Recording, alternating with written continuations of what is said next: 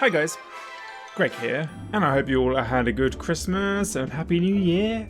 It's been something. Here's hoping that 2021 is a bit more of a return to the norm, right? Please world, please. So today we're going to usher in the new year with our next video in our Music of Super Mario Odyssey series. And today we're off to the Lost Kingdom. Today we're going to build on our understanding of time signatures and talk about additive time signatures and how we go about finding a pulse in more complicated music. Let's just get stuck in and go. So we've spoken about how when we go about writing down music, we split it up into measures or bars, and how many beats we have in each bar is labelled with what's called a time signature. 99% of the music you hear in the charts will likely be in 4/4, meaning 4 1-beat notes in each bar. The count of 4 that we can do along with this music is what we call our pulse. 2, 1, 2, 3, 4, 1, 2, 3, 4, 1, 2, 3, 4, 1, 2, 3, 4, 1, 2, 3, 4, 1, 2, 3, 4, 1, 2, 3, 4, 1, 2, 3, 4. 4 beats in each bar is nice and symmetrical, and this makes the music easy to follow along to, as the pulse is easy to count along with and dance to. Bars that are symmetrical are also nice and easy to break down into smaller increments. 4 1-beat notes or crotchets can be broken down into 8 half-beat notes or quavers, which can be broken down into 16 quarter-beat notes or semiquavers, etc. This is called subdividing and is very useful for musicians, as breaking down rhythms into smaller increments helps us remain as accurate as possible. All musicians should have like an internal kind of pulse going on all the time when you're playing music, but you're much better off, especially more complicated music. Instead of in your head, I'm just counting along with 1, 2, 3, 4. I'm going 1 and 2 and 3 and 4 and 1 and 2. By subdividing in my head, I've got more points of sort of contact of making sure that I'm in time with the music, if that makes sense. Top tip: always be subdivided. What a t-shirt. Subdividing becomes a necessity when trying to read music that's very fast or features lots of syncopation, or both. We covered syncopation in one of the previous videos, but it basically means rhythms that don't coincide with our pulse, and hence are offbeat. Subdividing also comes in handy when dealing with compound time signatures. Even though we still feel a time signature like 12/8 as having a feel of 4,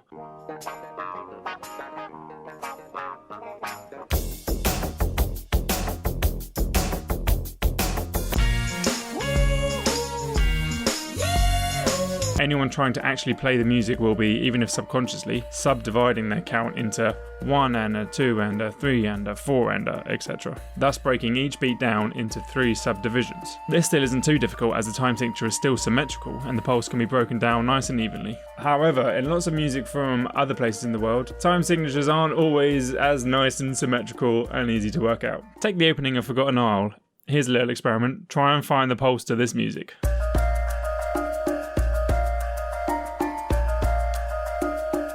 Not so easy, right?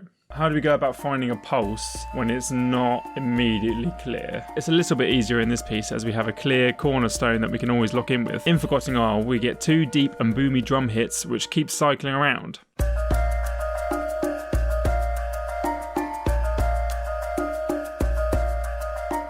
It's probably a safe bet to assume that these signify the start of a phrase, maybe even a bar. Let's take a small leap of faith here and assume that these bassy hits are 1 beat long in length. Let's try and take that as our pulse. 1, 2, 3, 4, 5, 6, 1, 2, 3, it's still not working out, is it? This is why it's always important to find the smallest subdivision that the piece works with and work up from there. We can still use the deep drum as a sign of the start of the bar, but now let's try and find an instrument that is playing in smaller increments throughout so we can better determine a time signature. Take a listen to the start of the piece again and try and pick out an instrument that's playing in smaller increments.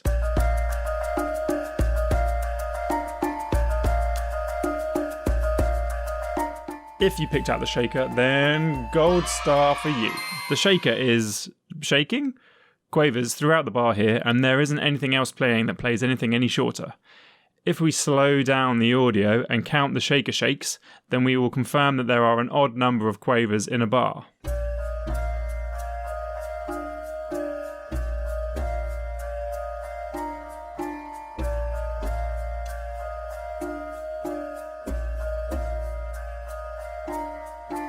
In this case, there are 11 quavers in each bar. This leaves us with a time signature of 11/8. 11/8 is what we call an additive time signature, as it can't be split up evenly, and our pulse is going to be felt as a combination of groups of 2 and 3 quavers. Because all additive time signatures are written in terms of small increments, in this case 11 quavers, they are quite difficult to count.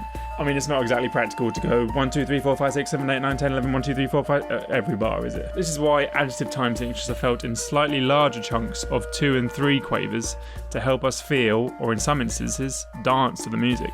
In Forgotten Isle, we have our 2 bassy drum hits at the start of the bar. These correspond to 4 shaker shakes, so we know we start the bar with 2 crotchets, which are 2 groups of 2 quavers. The next useful indicator we can use to work out our pulse is the bell-like sounding instrument. I'm not actually sure what instrument they're using here, but it does sound a lot like something called a bonang, which is an instrument used in gamelan, which is the music of Indonesia, like Bali and Java. After the 2 initial bassy drum hits, we can hear 3 pitches on the bell-like instrument. This is easier to hear if we slow the music down.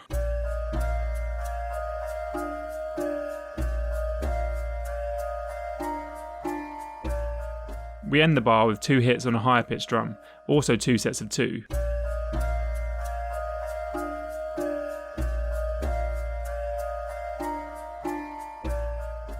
This confirms that the bell-like instrument signals a group of 3 quavers in the middle of the bar. This leaves us with the feel of 2 plus 2 plus 3 plus 2 plus 2. This may still sound rather complicated, but if we replace the groups of 2s and 3s with a more normal count of 1, 2, 3, 4 and 5, whilst remembering what's a 2 or a 3, we're left with this pulse. 1, 2, 1, 2, 1, 2, 3, 1, 2, 1, 2, 1 and 2 and 3 and 4 and 5 and 1 and 2 and 3 and 4 and 5 and 1, 2, 3, 4, 5, 1, 2, 3, 4, 5, 1, 2, 3, 4, 5. This all may sound horrifically unbalanced or janky to someone used to the appealing symmetry of most pop music, but I've grown to love music that has this kind of push and pull feeling about it. A lot of Balkan folk music uses these kind of time signatures, and the dances for these musics plays with this idea of short and long beats in a bar, with hops and skips corresponding with the 3s and steps corresponding with the 2s.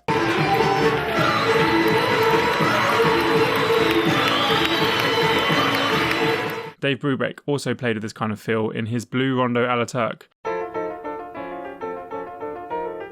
This music has the feel of 1 and 2 and 3 and 4 and 1 and 2 and 3 and 4 and 1 and 2 and 3 and 4 and Forgotten Isle uses an additive time signature combined with instruments of Indonesia to create a hypnotic track that transports us to a mystical, unfamiliar world.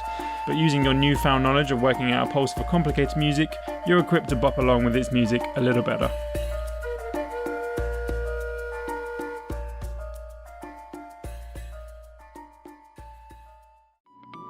Whew.